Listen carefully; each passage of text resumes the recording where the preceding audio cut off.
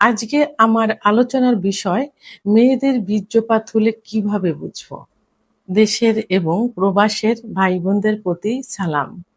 আসসালামু আলাইকুম। আমি প্রভাষক ডাক্তার রিক্তা পারভিন, হোমিওপ্যাথি এবং আয়ুর্বেদিক চিকিৎসক। চেম্বার সেবা হোমিও কমপ্লেক্স অ্যান্ড সেবা ডিজিটাল ল্যাব, উপজেলা মডেল মসজিদের পূর্ব পাশে, শিমুলিয়া, মাগুরা।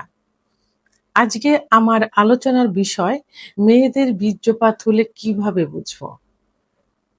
অনেক পুরুষ কমেন্ট করে থাকেন, অনেক স্বামী কমেন্ট করে থাকেন যে তার স্ত্রীর বীর্যপাত হয়, আমরা কি করে বুঝবো।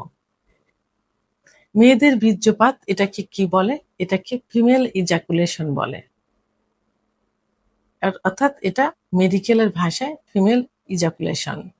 যৌন উত্তেজনার সময় যোনির ভিতরে যে যোনির ভিতরে থাকা যে স্কিন থাকে, সেই স্কিন গ্রন্থি থেকে তরল রস বের হয়ে আসা, এটাই হলো বীর্যপাত।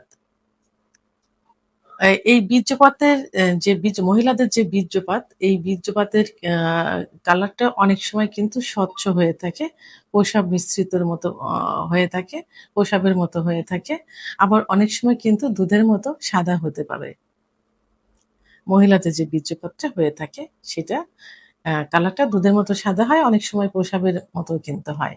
তাহলে আমরা কিভাবে বুঝবো যে মহিলাদের বীর্যপাত হয়েছে? তো এ বুঝার কিছু উপায় আছে। উপায়টা হলো যে হঠাৎ করে দেখা যাবে যে যোনিপথের ভিতর থেকে তরল আ রস নিঃসরণ হচ্ছে। এই রসটা অনেকটা দেখা যায় যে দুধের মতো সাদা। ঘন যে দুধ থাকে দুধের মতো সাদা। আবার অনেকটা দেখা যায় যে প্রসাবের মতো স্বচ্ছ। অনেক সময় ছিটকে যেয়ে কিন্তু এটা পড়ে। অর্থাৎ প্রসাব যেভাবে হয় এভাবে ছিটকে যেয়েও কিন্তু অনেক সময় পড়তে পারে।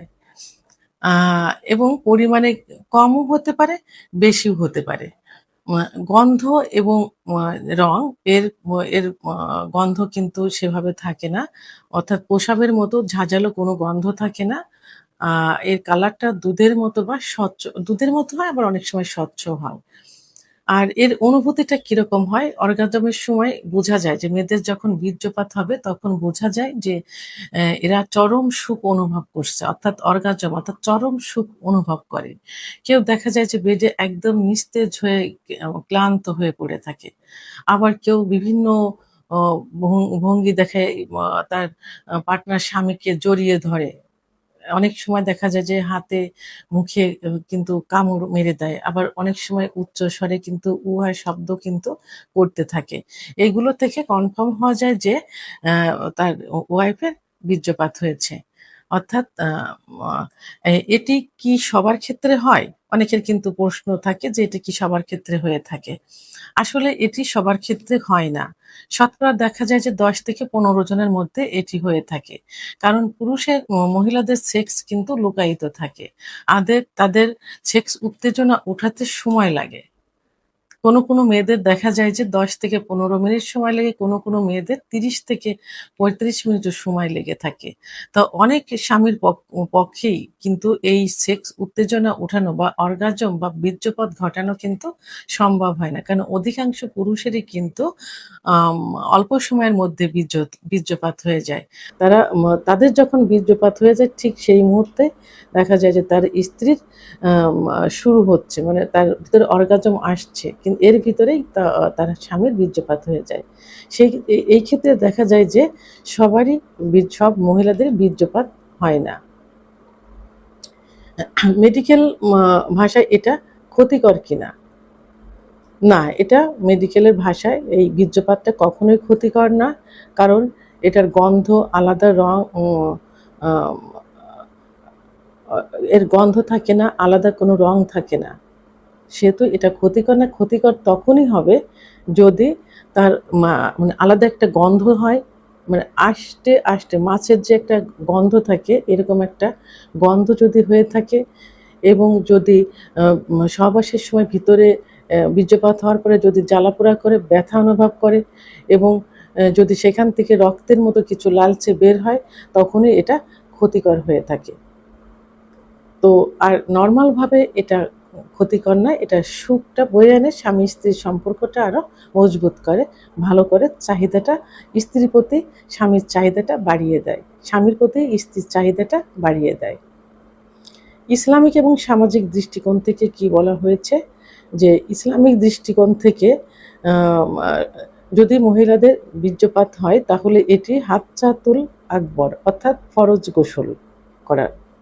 তো অর্থাৎ এটা হইলে ইসলামের দৃষ্টিকোণ থেকে অবশ্যই ফরজ গোসল করা তাদের জন্য ফরজ হয়ে যায়, অর্থাৎ গোসল করা তাদের জন্য ফরজ হয়ে যায়।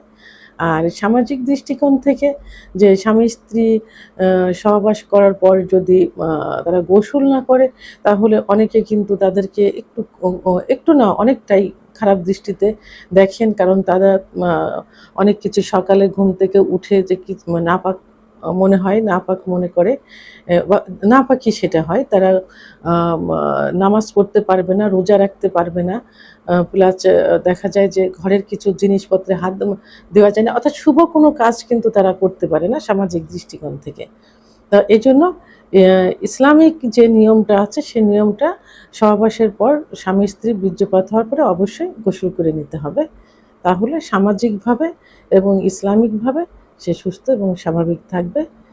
তো এখন সর্বশেষ একটা কথাই বলবো, যে মেয়েদেরও কিন্তু বীর্যপাত হয়, এটা অনেকে বুঝতে চায় না, বুঝতে পারে না, এবং এটাই কিন্তু চরম সুখ কিন্তু।